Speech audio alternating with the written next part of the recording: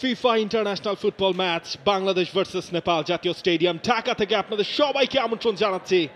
সব মিলিয়ে এই বছরের সপ্তম ইন্টারন্যাশনাল ম্যাচ খেলতে যাচ্ছে বাংলাদেশ। হামজা চৌধুরীর দেশের মাঠে আরো একটা ম্যাচ।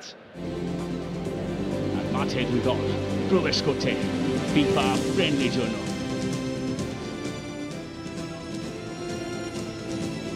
এই বাজনা যখন বাজে, গ্যালারির আওয়াজ যখন ওঠে, হামজারা যখন তাকিয়ে থাকেন, তখন গোটা বাংলাদেশ তাকিয়ে থাকে তাদের দিকে। ম্যাচের আবহ কোনো কিছু যদি তৈরি করতে না পারে, তাহলে ম্যাচ শুরুর আগে ওই জাতীয় সঙ্গীতটাই যথেষ্ট। অল সেট, সব তৈরি, এবার প্রস্তুত 90 minute. Bangladesh versus Nepal FIFA international friendly match. যদি ওই 90 মিনিট ওই ফ্রেন্ডলি শব্দটাই ভুলে যাবে দুই দলের দুই ক্যাপ্টেনকে ডেকে নিয়ে সেই টস পর্বের আনুষ্ঠানিকতাটাও চলছে। বাংলাদেশ পুলিশ এফসির গোলকিপার এবং ব্রাদার্স ইউনিয়নের ফুটবলার জামাল ভুঁইয়া আর কিরণ কুমার চেনজং, জাতীয় দলে দুইজন প্রতিপক্ষ। শেষ মুহূর্ত বলে দিচ্ছেন এই ম্যাচে বাংলাদেশের টার্গেটটা কি। দুই দলের স্টার্টিং লাইন আপটা আমরা দেখবো। নেপালের স্টার্টিং লাইন আপ, গোলকিপিং পজিশনে কিরণ কুমার লিম্বু, তিনি রয়েছেন। দুই সেন্টার ব্যাক অনন্ত তাওয়াং এবং সুমন শ্রেষ্ঠা, দুই ফুল ব্যাক। ইনফ্যাক্ট বাংলাদেশে এসেও বাংলাদেশের লিগে তিনি খেলেছেন। বাংলাদেশের স্টার্টিং 11, যেখানে গোল বানিয়েছে আরো একবার মিতুল মার্মা। দুই ফুল ব্যাক সাদউদ্দিন এবং জায়ান খেলছেন লেফট ব্যাক পজিশনে, তার দ্বিতীয় স্টার জাতীয় দলের হয়ে। এবং ম্যাচ শুরু হয়ে গেল ন্যাশনাল স্টেডিয়াম ঢাকায়। FIFA international friendly match Bangladesh versus Nepal. জার্সির রংটা আলাদা করে বলে দেওয়ার প্রয়োজন আছে কি? তবুও বলে দেওয়া, নীল জার্সিতে নেপাল, সাদা জার্সিতে বাংলাদেশ। সানিস সেই বলের জন্য যাচ্ছিলেন। 13টা গোল রয়েছে তার। একই সাথে নেপালের হয়ে ম্যাচটা যিনি খেলছেন নাম্বার 14 লেফট সাইড থেকে, ঠিক সাদের পাশাপাশি জায়গায়, তারও আসলে রয়েছে 13টা গোল। অঞ্জন 20টা। রাইট সাইডে আরো একটা বলের সাপ্লাই, ফাহিম দারুণভাবে কুইকলি সেটা ছেড়েছেন। সাদ ওভারল্যাপ করে গিয়েছিলেন, ক্রস জেনারেট করবেন সেই সময়টায় সেখানে রোহিত চাঁদ, তিনি বলটাকে আটকে দিলেন। ম্যাচের 4র্থ মিনিটে প্রথম কর্নার কিক, সেটা পেয়ে যাচ্ছে বাংলাদেশ। জামাল ভুঁইয়া শর্ট কর্নার নিয়েছেন। জামাল, সেখান থেকে তারিক, সোহেল, হামজা বল চাইছিলেন, হামজা ফাঁকায় ও পাশটায়, সোহেল এবার দেখেছেন, তবে হামজার জন্য সে বল নয়। এবং হামজার কাছে সেই হতাশাটাও, যেটা তিনি চেয়েছিলেন সেটা পাননি। অনেকক্ষণ ধরে হামজা চৌধুরী সেখানে আসলে ফ্রি ছিলেন। মোর্শেদ আলীকে ইনক্লুড করা হয়েছে। হামজার দারুণ একটা ভিশনারি টু বল বাড়িয়েছিলেন সামনে। জামাল ভুঁইয়া, তার কাছ থেকে বেশ ভালো একটা টাচ। ফয়সাল আহমেদ ফাহিম, তার সাপ্লাই, হেডারটা হবে কিনা। সোহেল রানা জুনিয়র ছিলেন সেখানে, হেডে ঠিকঠাক কানেক্টটা তিনি করতে পারেননি। ক্যারিয়ারটি শুরু করেছিলেন ফরওয়ার্ড হিসেবে, সময়ের সঙ্গে অবশ্য তিনি পুরোদস্তর মিডফিল্ডার বনে গেছেন। ফাহিমের ক্রসটা মিট করার সর্বোচ্চ চেষ্টা সোহেল করেছিলেন, তবে এরিয়ালে তিনি যে খুব দক্ষ তেমনটা নয়।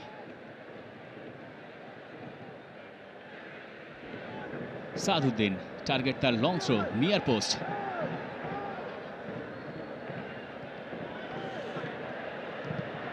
ফাহিম জানতেন বলটা বের করে দিতে হবে, তাই করছে। রিস্ক নেননি। স্টেডিয়ামের বাইরে তারা সকালবেলা প্রোটেস্ট করেছে, বিকালবেলা তারা প্র্যাকটিস করেছে, সবকিছু মিলিয়ে একটু টালমাটাল অবস্থার ভেতর দিয়ে নেপালকে যেতে হচ্ছে।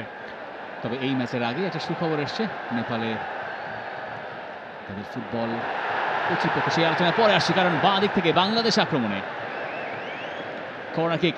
এবার ও পাশ থেকে খানিকটা চোট পেয়েছেন রাকিব, এবং রাকিবের সেই জায়গায় চোটটা বাংলাদেশের জন্য সুখবর। খানিকটা হয়তো টান খেয়েছিলেন তিনি, সেটা খুব সিরিয়াস কিছু না।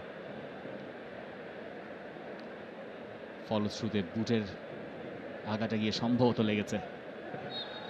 জামাল, তিনি নিয়েছেন কর্নার কিকটা। এবার শর্ট কর্নার কিক নয়, হেডার হবে কিনা। কিরণ কুমার লিম্বুর হাত থেকে সেটা ছিটকে গেছে। নাম্বার 14 তারিক কাজী, তিনি শটটা নিয়েছিলেন। বাংলাদেশ থ্রোইংটা পেয়ে যাচ্ছে।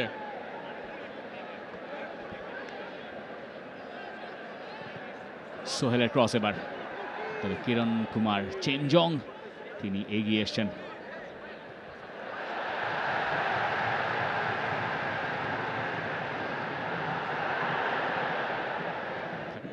রোহিত চাঁদ পাঠিয়েছেন সামনে, পেনাল্টি এরিয়ার ঠিক কাছাকাছি জায়গায়, সেখান থেকে আবারও অঞ্জন বিষ্টা।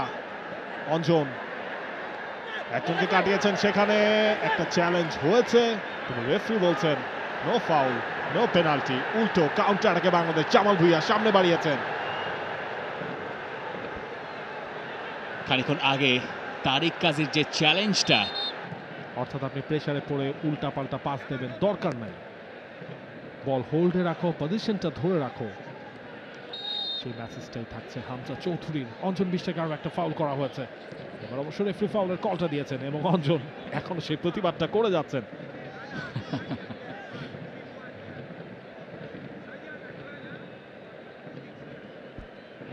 সাদ, দুজন একসাথে, এইজ লেভেলটা মনে হচ্ছে ক্লেভার হতে চেয়েছিলেন সেখানে। দেখুন, ম্যাচের আগে প্রি শো যখন আমরা করছিলাম তখনই আপনি একটা জিনিস এক্স্যাক্টলি করেছিলেন, ক্যালেন্ডারেও যদি আপনি দেখেন প্রতি বছরই বাংলাদেশ আর নেপালের কোনো না কোনো একটা ফ্রেন্ডলি ম্যাচ আসলেই থাকে। ধন্যবাদ নাবিল খান, যেখানে ক্রেডিটটা দেওয়া দরকার ছিল সেখানে দিয়েছেন। আপাতত এই আলোচনায় সম্ভবত আরেকটু বেশি বিনোদনদায়ী মনে হচ্ছে। রাকিব বল পেয়ে গেছেন, বিনোদনের অভাব কি সেখানে হবে? রাকিব, ফাহিম শেষ মুহূর্তে কঠিন চ্যালেঞ্জ অনন্তর, সেটা ফাহিমকে আর শট নেওয়ার সুযোগটা দেয়নি। রাকিবের মাথায় হাত ছিল, ফাহিম শেষ পর্যন্ত যখন ফিনিশটা করতে পারেন এবং খুবই ক্লোজ একটা সিচুয়েশনে চলে এসেছিলেন কিরণ কুমার লিম্বুর সাথে। কিরণ হাতেও খানিকটা চোটও পেয়েছেন।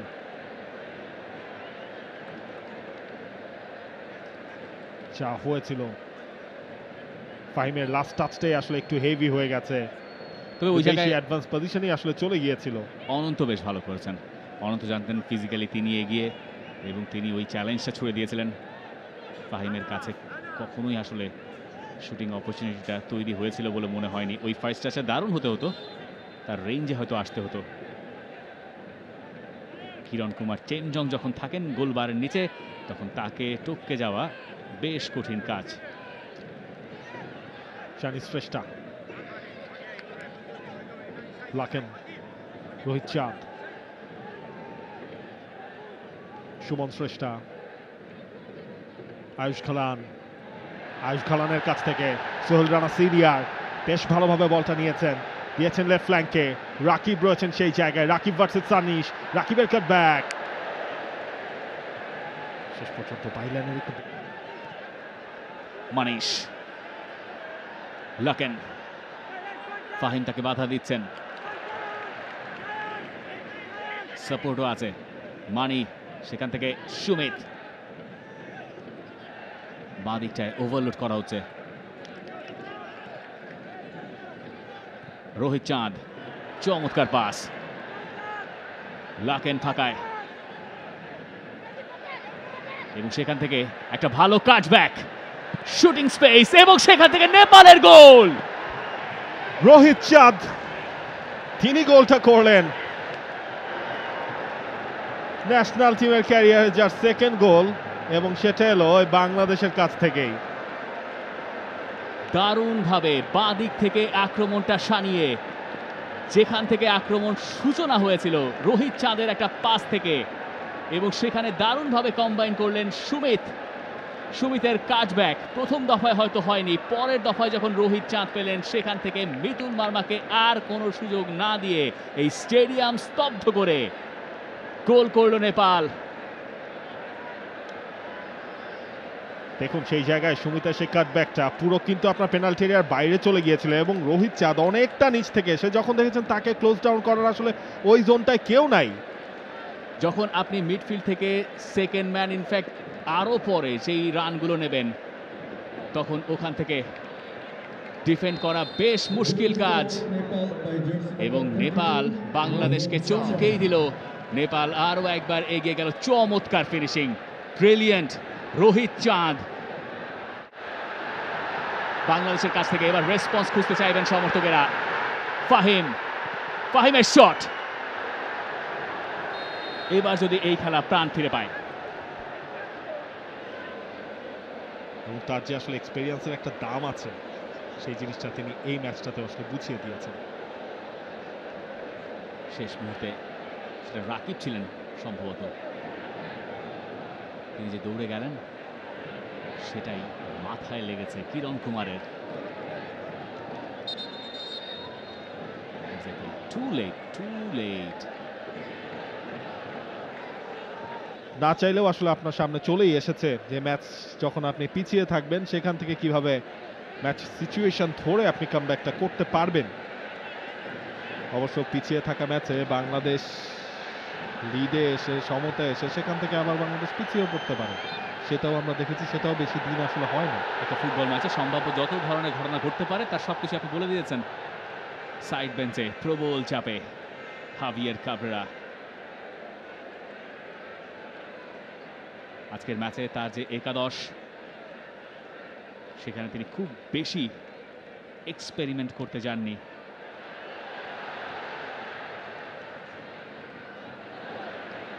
বা নিজে যে একাদশ এতদিন নামিয়েছেন তার সঙ্গে খুব বেশি পরিবর্তন তিনি করেননি, সেটাই তাকে এই মুহূর্তে খুব বেশি কিছু পেতে দিচ্ছে না।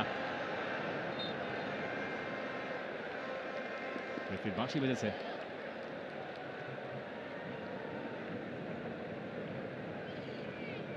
নেপালও যে খুব বেশি অ্যাটাক করেছে তেমনটাও নয়, একটাই করেছে, একটা থেকেই তারা গোল আদায় করেছে। অন্য একটা অ্যাটাক থেকে তারা পেনাল্টির দাবি তুলেছিল। বাংলাদেশ এই মুহূর্তে কিছুটা ঝিমিয়ে, বাংলাদেশের ঘুমটা ভাঙবে কখন? দেখেন এই 35 মিনিটের মধ্যে নেপালের বাংলাদেশের হাফে, বাংলাদেশের পেনাল্টি এরিয়ার ভেতর ওই দুইটা অ্যাটেম্পটেই দুইটাই কিন্তু আসলে বাংলাদেশের জন্য, একটা তো আপনার গোল কনসিডারই বাংলাদেশ করে ফেললো এবং আরেকটা থেকে আসলে বাংলাদেশের বিপদ হতেই পারতো।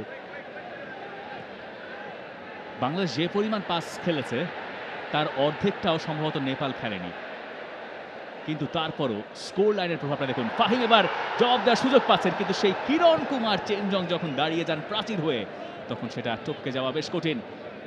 সাত সেই জায়গাটায় বেশ ভালো করেছিলেন, খুব কুইকলি বলটা ছেড়ে দিয়েছিলেন। ফাইম একটু অ্যাডভান্স পজিশনেও ছিলেন, তবে সেখান থেকে ফাইমের সেই টার্গেটটা সেট হয়নি।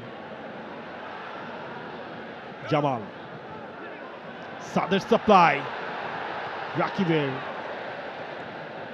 টু টাচেও সেটা অপোনেন্টের কাছেই গেছে। হামজা এখন ওপরেই থাকছেন। হামজা বুঝতে পেরেছেন তাকে ওপরের দিকেই বাংলাদেশের বেশি প্রয়োজন। এক মিতুল বাদে সবাই নেপালের হাতে। জায়ান, হামজা অবস্থান করছেন এই মুহূর্তে বক্সের ভেতরে। সোহেল, জায়ান কম্বাইন করার চেষ্টা।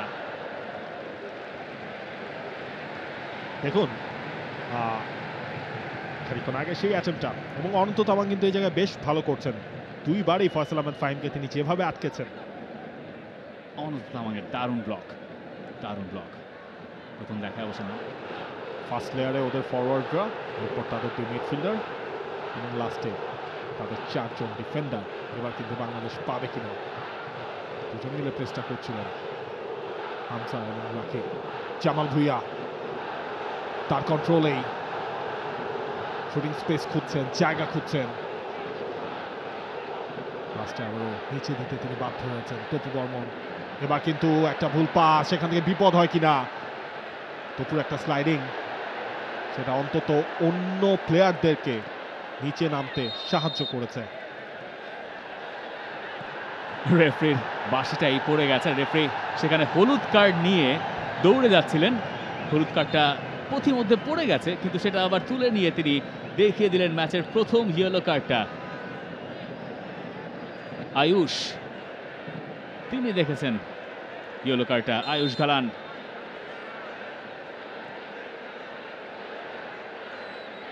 সোহেল রানা। হামজা এই মুহূর্তে সেকেন্ড স্ট্রাইকারের ভূমিকায়। কেউ যদি পারেন তো হামজাই পারবেন। সাদ, সোহেল, সেখান থেকে আরেক সোহেল, লক্ষ্য হামজা, আছেন ফাহিম, হামজা, সাদের ক্রস, কিরণ কুমার চেঞ্জংয়ের কাছে। বিল্ড আপটা শুরু হয়েছিল বেশ স্ট্রংলি বাংলাদেশের। হামজা চৌধুরী প্রথমে রাইট সাইড থেকে বলটা নিয়ে ছেড়ে অপোনেন্ট হাফে চলে গিয়েছিলেন।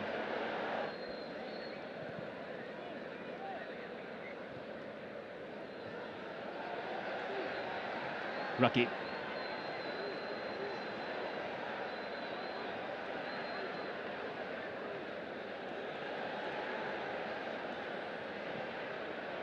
খানিকটা স্পেস পাওয়া গেছে এবার।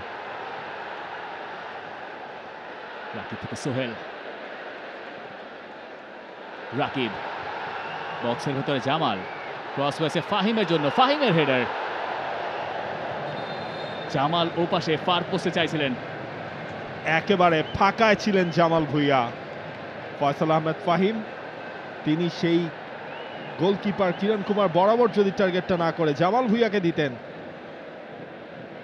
তবে অঞ্জন নিষ্ঠা আসলে তিনিও ট্র্যাক ডাউন করে নিচে নেমেছেন। সেই জায়গায় হয়তো বা সেই অ্যাটেম্পটা করলে সেটা আটকা পড়লেও পড়তে পারত। ফার পোস্টে একেবারে ফাঁকায় জামাল ভুঁইয়া, একেবারে ফাঁকায়।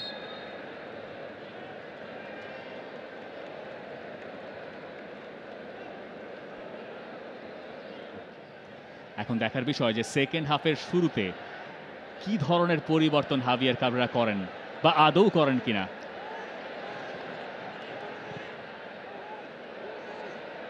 সুইচ করে ডান দিক দিয়ে নেপাল আক্রমণে,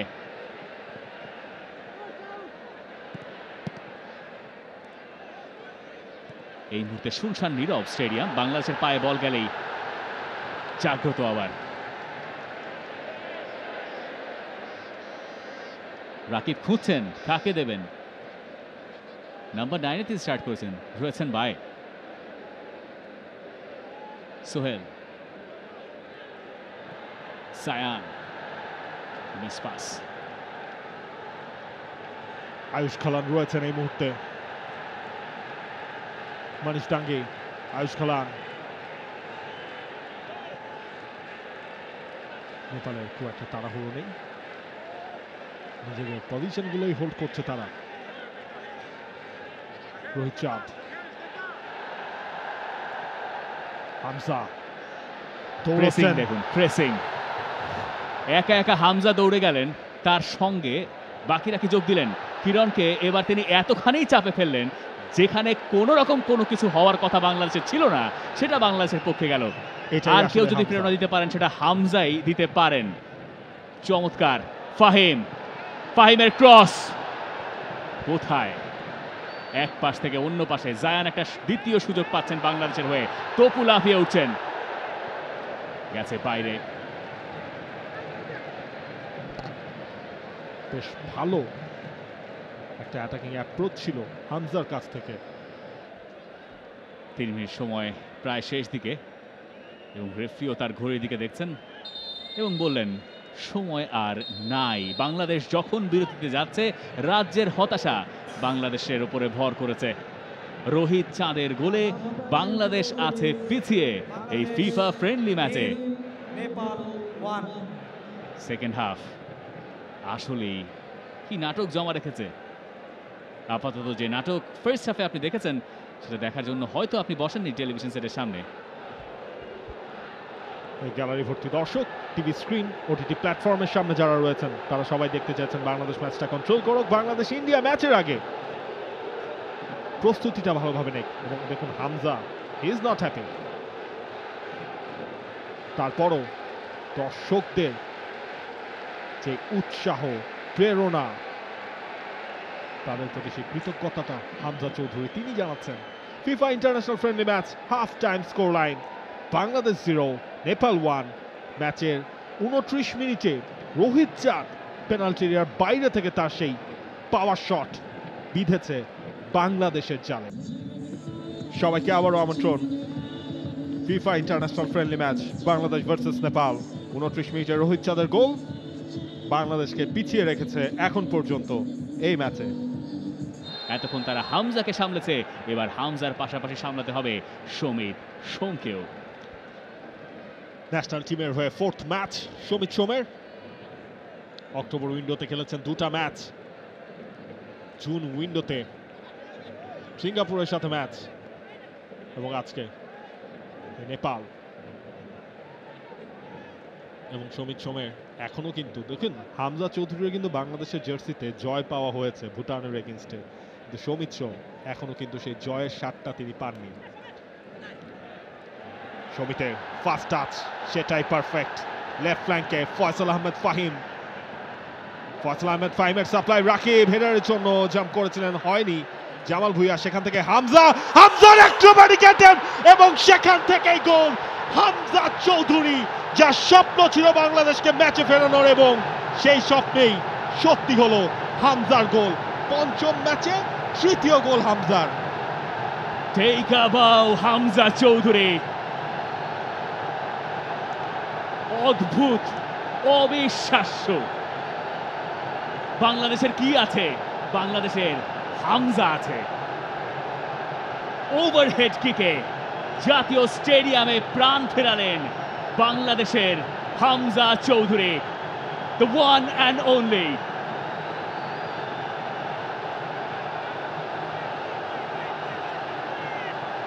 যেই হাসির অপেক্ষায় ছিল সবাই, ফয়সাল আহমেদ ফাহিমের সেই সাপ্লাই, জামাল তার ভিশনটা ছিল পারফেক্ট, হামজা অবিশ্বাস্য। বডির ব্যালেন্সটা রাখা, বলটাকে প্লেস করা, এটা কেবল হামজার দ্বারাই হয়তো সম্ভব। অ্যাক্রোব্যাটিক। আপনি এই দৃশ্য দেখবেন, বারবার দেখবেন, প্রতিবার দেখবেন। এটা বাংলাদেশের ফোকলোরে ঢুকে গেছে এখানেই, এই মুহূর্তে। এবং এই মুহূর্তটা যারা মাঠে বসে দেখেছেন তারা মনে রাখবেন চিরকাল।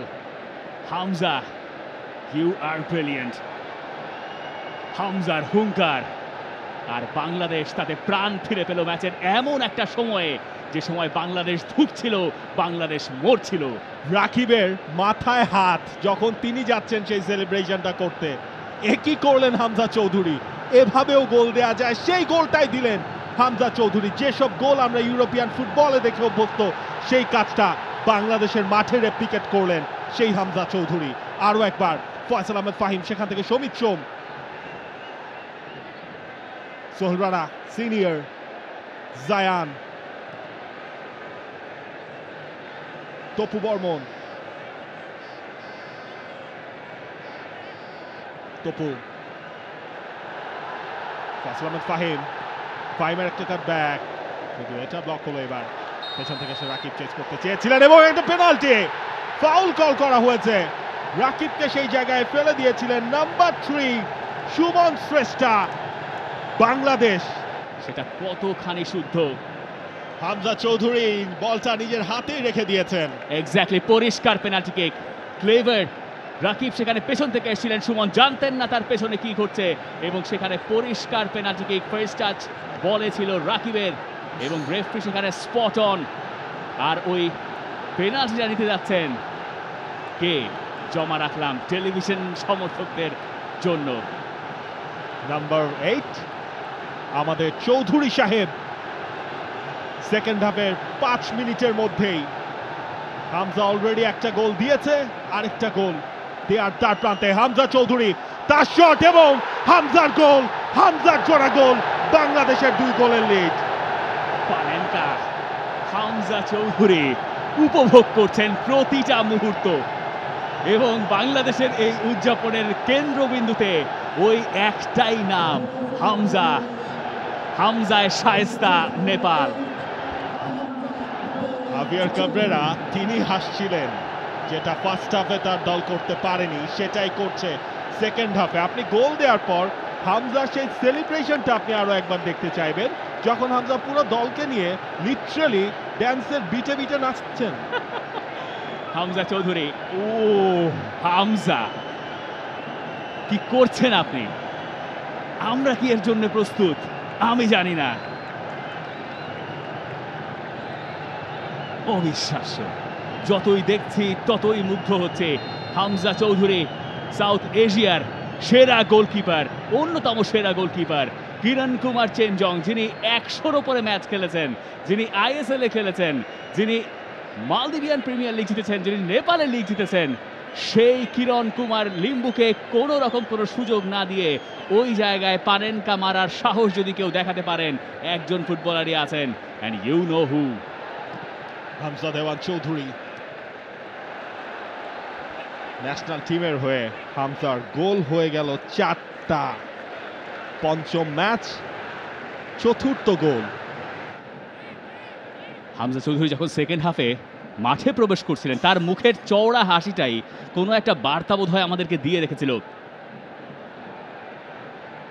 নেপাল আক্রমণে, বাংলাদেশ পায়ের নিচে মাটি পেয়েছে এবং সেখান থেকে বাংলাদেশ ঘুরেও দাঁড়িয়েছে।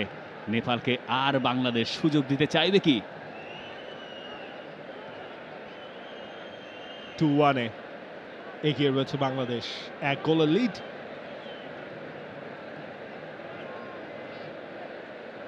সেকেন্ড হাফের 7 মিনিটের মধ্যেই বাংলাদেশ 2টা গোল দিয়েছে। বাজে টাইমে বাংলাদেশ গোল হজম করে। আজকের ম্যাচটায় ঘটনা পাল্টে গেছে। বাংলাদেশ এমন সময়ে ম্যাচে ফিরেছে যেটা বাংলাদেশকে এই ম্যাচে পুরোপুরি ফিরিয়ে এনেছে। একটা গোল কি করে গোটা ম্যাচের চিত্র পাল্টে দিতে পারে সেটা হামজা দেখিয়েছেন। হামজা অন আ হ্যাটট্রিক, সুযোগ পাবেন কি জামাল? এবং হামজা চৌধুরী তার ক্যারিয়ারের বাংলাদেশ হয়ে বা আন্তর্জাতিক ফুটবলে তার প্রথম ওপেন প্লের গোলটা করেছেন ওভারহেড কিকে। হজম করুন ব্যাপারটা এবার। আমার মনে হয় আপনি চোখ বন্ধ করলেও সেই গোলটা আপনি আবারও মনে করতে পারবেন, সেই গোলটা আপনার চোখের সামনে ভেসে উঠবে। এমন একটা গোলই আসলে হামজা চৌধুরী করেছেন। নাম্বার 23 মানিকুমার লামা, তিনি নিয়েছেন এই সেট পিসটা। হামজা চৌধুরী তিনি ক্লিয়ার করলেন।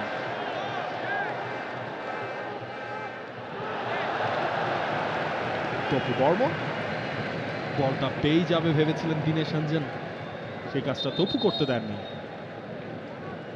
কুইকলি টেকেন কর্নার কিক, শানিশ শ্রেষ্ঠা, শানিশের সাপ্লাই, সেখান থেকে হেডারটার জন্য অ্যাটেম্প ছিল অনন্ত তামাংয়ের, তবে তারিক কাজী সেটা ক্লিয়ার করে দিয়েছিলেন।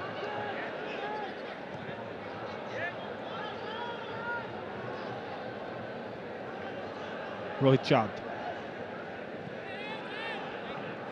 মানিকুমার লামা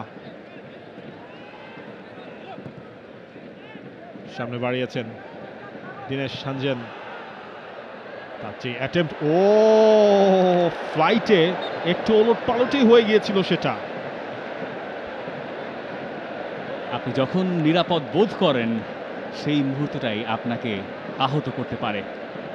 একটা মিস কিক ঘুরতে ঘুরতে বাংলাদেশের ভাগ্যটা আরো একবার ঘুরিয়ে দিচ্ছিল। কপাল বাংলাদেশের ভালো যে লাকেন সেটা ট্র্যাক করতে পারেন নাই। পায়ে তার বল লেগেছিল ঠিকই, কিন্তু যেভাবে লাগাতে চেয়েছিলেন সেভাবে পারেননি। বাংলাদেশ লাকি। এবং দেখেন গতকালকে জামাল ভুঁইয়া প্রেস কনফারেন্সে আরও একটা কথা বলেছেন যে হংকং ম্যাচে 4 জন ফুটবলার গোল দেওয়ার পর তার উপরেই ছিল, কারণ তাদের ধারণা ছিল ম্যাচ শেষ। How funny. এবং ওই মোমেন্টেই বাংলাদেশ যে আসলে গোলটা কনসিড করে। রোহিত চাঁদ, তার গোলটাও হয়েছিল দারুণ। এই ম্যাচে 3টা গোল হয়েছে, দেখার মতো 3টা গোল হয়েছে। তবে হামজার সেই অ্যাক্রোব্যাটিক গোলের কাছে বাকি দুটা, ইনফ্যাক্ট হামজার পানেনকাটাও কম্পেয়ার করার মতো না, মানে যেটা আমরা দেখেছি সেটার পর। তবে এবার সেরকম কিছু একটা করারই পরিকল্পনা করছিল নেপাল। শটটা নিয়েছিলেন দীনেশ হেঞ্জন, বলিতে অন টার্গেটে রাখা যায়নি। বদলি নেমেছেন, একটা হাফ বলের মতো ছিল।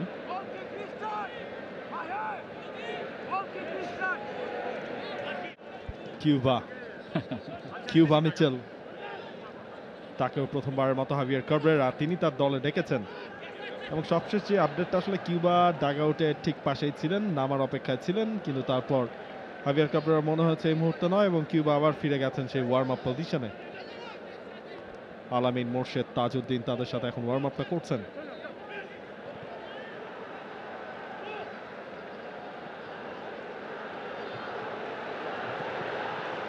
ইতিমার কিছুটা চাপে ছিলেন। বল এখন নেপালের পায়ে। অঞ্জন বিষ্টা, জামাল, দারুণ ইন্টারসেপশন। ফার্স্ট হাফের জামাল ভুঁইয়া আর সেকেন্ড হাফের জামাল ভুঁইয়ার ভেতরও তফাৎ আছে। জামাল যখন একবার দেখলেন 35 মিনিট পর্যন্ত যে উপরে থেকে আর কাজ হচ্ছে না, তখন তিনি অনেকটুকু নিচে নেমে এসেছিলেন এবং হামজা চৌধুরী তখন ওই স্বাধীনতাটুকু পেয়েছিলেন, ওই ভরসাটুকু পেয়েছিলেন, যেটা দিয়ে তিনি সামনের দিকে নিজেকে কমিট করতে পেরেছিলেন, যেখান থেকে পরে গিয়ে সেকেন্ড হাফে বাংলাদেশের 2 গোল।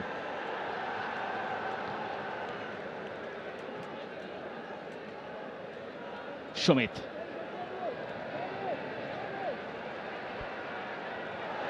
একটু হেভি টাচ, কিন্তু তারপরও বল তার দখলে। শাকিল আহাদ তপু,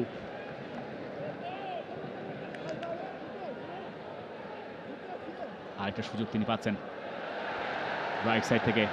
একটা ক্রস, সেখানে কেউ নেই। সাদ যাচ্ছেন, সাদ পাবেন, কিন্তু আবার বলটা ফিরে পাবে নেপাল। কেউ হারিয়ে ফেলেছেন সাদউদ্দিন।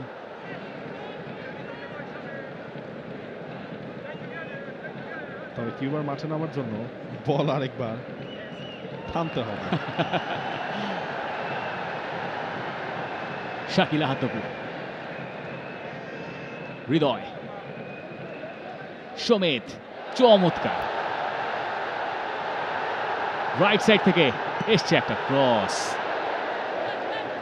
সেটা আশানুরূপ নয়। সমিত সোমের এক টার্ন, হামজা চৌধুরীতে আটকে গেল নেপালের আরো একটা আক্রমণ। শাহরিয়ার ইমন, তিনি বল পেয়েছেন। শাহরিয়ার ইমন লেফট সাইড থেকে বের হয়ে যেতে পারবেন কিনা শানি শ্রেষ্ঠাকে। শাহরিয়ার ইমন হার না মানার পাত্র না, দুজনকে টপকালেন। এবার অবশ্য শাহরিয়ার ইমনকে থামতে হয়েছে। কিছুক্ষণের জন্য ভ্যান ডিভিনের কথা মনে পড়ে যাচ্ছিল।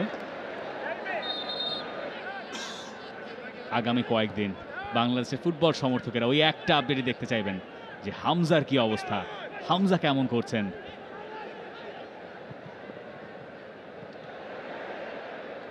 দূর থেকে একটা shot, desperate defending.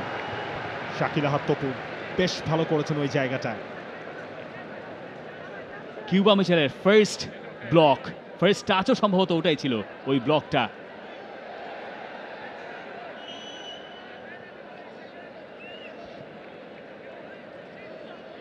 Defending Cuba মিচেলকে যে নামতে হবে, কাজ করতে হবে, সেই কাজটাই জানিয়ে দিয়েছেন হাভিয়ার কাবরেরা। হৃদয় সামনে বাড়িয়েছেন, অবশ্যই এই টাচটায় বল লুজ করেছেন।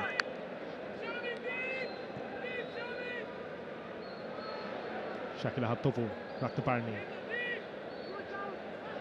জুমকার কি, সেখান থেকে নেপাল ভয়ঙ্কর হয়ে উঠতে পারত, যা দেখার জন্য প্রস্তুত ছিল না বাংলাদেশ। মিতুল, তাকে এবার সতর্ক থাকতে হচ্ছে, তার হাতেই বলটা গেছে।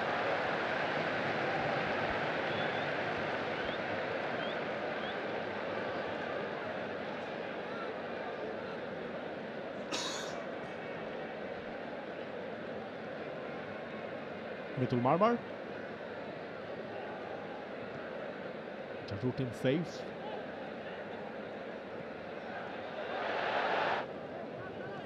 নেপালের জিয়ন কুমার বাদে সবাই এখন বাংলাদেশের হাফে।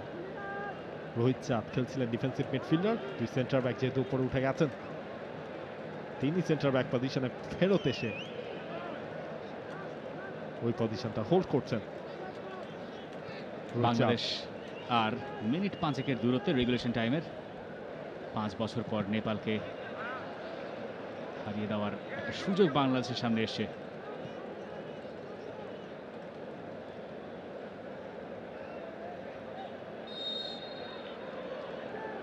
জুমকার কি, তিনি কোনো একটা কিছু করেছিলেন শাকিল আহাদ তপুকে। ফ্রি কিক, দিনেশ হেনচেন, তিনি নিয়েছেন সেটা মিতুল মার্মা ঠিকঠাক ভাবে নিজের গ্লোভসে সেটা লুফে নিয়েছেন।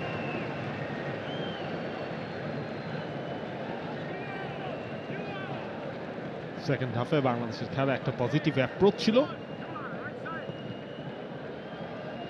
সেকেন্ড হাফে বাংলাদেশের অ্যাপ্রোচটা আসলে কি ছিল সেটা বলা মুশকিল, কারণ সেকেন্ড হাফ শুরু হতে না হতেই ওই পাগলাটে মুহূর্তের জন্মটা হামজা চৌধুরী দিয়ে ফেলেছিলেন। জামাল ভুঁইয়া ডান দিক থেকে, কিউবা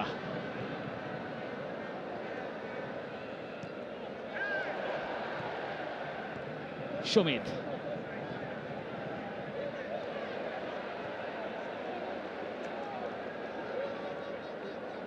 আরো একবার কিউবা, হৃদয়, শাকিল আহাত্তপু ঠেলতে ঠেলতে পেছনের দিকে, হৃদয় প্রেস করে যাচ্ছে নেপাল এবং তাতে ফল মিলল তাদের।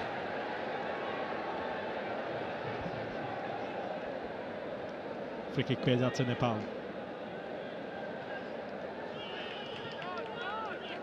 নেপালকে কৃতিত্বটা দিতে হয়। নেপাল এখনো লড়াই করে যাচ্ছে এবং তারা জানে মাত্র একটা গোল পেছনে তারা। যে দুটো গোল তারা কনসিড করেছে সে দুটো ঠেকানোর সাধ্য কারণেই, কিন্তু এর বাইরে নেপালের কাজটুকু ঠিকঠাক করে গেছে।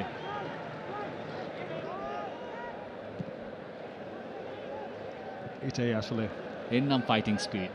এক্স্যাক্টলি। কাজিম শাহ তাকে নামানোর একটা উপায় খুঁজছিলেন হাভিয়ার কাবরেরা। হামজাকে যখন তুলে নেওয়া হলো তখন কাজিমেরও মাঠে নামার কথা ছিল, সেই মোমেন্টে সেই চেঞ্জটা করেনি হাভিয়ার কাবরেরা। কাজিম শাহ সেই জামাল তারিকদের দেখানো পথ ধরে কাজিমও কিন্তু বাংলাদেশে নিজের সেই প্রবাস জীবন ছেড়ে এসেছেন, বাংলাদেশের লিগে খেলছেন।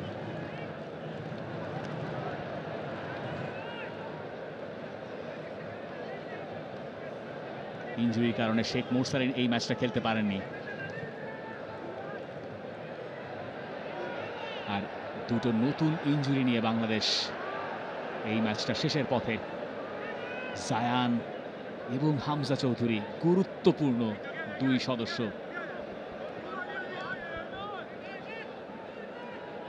এনি ডে আপনি আপনার 11 এই দুজনকে চাইবেনই। এবার কিন্তু নেপাল একটা বিপদ ঘটিয়েই ফেলতে পারে। আর মিতুল মার্মা ক্লোজ ডাউন করছিলেন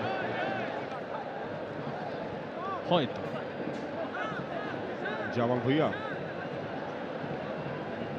তাকে চেঞ্জটা করা হবে, সেই জায়গায় কাজিম শাহ তিনি মাঠে নামবেন। তিনি নেবেন এই কর্নার কিকটা। দেশের সাপ্লাই, সেখান থেকে নেপালের গোল। শেষে এসে গোল খাওয়ার সেই অভ্যাস থেকে আর বেরোতে পারছে না বাংলাদেশ। হংকং চায়না ম্যাচে যেটা হয়েছে, ড্র ম্যাচ যেখান থেকে বাংলাদেশ হেরেছে, এবার জেতা ম্যাচ সেখান থেকেই ড্রর ইকুয়েশনে নিয়ে এসেছে বাংলাদেশ। যা হওয়ার তাই হলো, যা ঘটার তাই ঘটলো। এবং আরও একবার বাংলাদেশ তীরে এসে তরি ডোবালো। ক্লাসিক। অনন্ত তামাং তিনি গোলটা করেছেন। দেখুন ম্যাচের শেষ কয়েক মিনিটে বাংলাদেশের কোনো কন্ট্রোল ছিল না। নিয়ার পোস্টে টার্গেট করা হলো এবং what a Flick, what a Flick. তিনজন ফুটবলার ছিলেন সেখানে, দেখেন আপনি খেয়াল করেন একটা অনন্ত তামাং যে ফ্লিকটা করলো, চমৎকার ফ্লিক। এবং আপনার সেখানে কেউ অনন্ত তামাংকে আটকানোর চেষ্টা করেনি। আর ওই আগেরকার আমলের মতো ফার্স্ট বার সেকেন্ড বারে কোনো প্রোটেকশনও নাই। আশা দেখিয়েও দৌড়ে যাচ্ছেন, একটা থ্রো ইন পাবেন। বাংলাদেশের শেষ সুযোগ, সময় কি আছে? সময় আর নাই। এবং বাংলাদেশ খেললো মূলত সেকেন্ড হাফের প্রথম 5 মিনিট খেললেন মূলত হামজা চৌধুরী। বাংলাদেশ 2 নেপাল 2, এটাকে ঘুরিয়ে বলা যেতে পারে হামজা চৌধুরী 2 আর নেপাল 2। জাতীয় স্টেডিয়ামে full time score line Bangladesh 2 Hamza Chowdhury 2 Nepal 2। For more updates, subscribe to our YouTube channel and click on the bell icon. Follow us on Facebook and Instagram. Download T Sports app to enjoy exciting games and highlights. Visit tsports.com.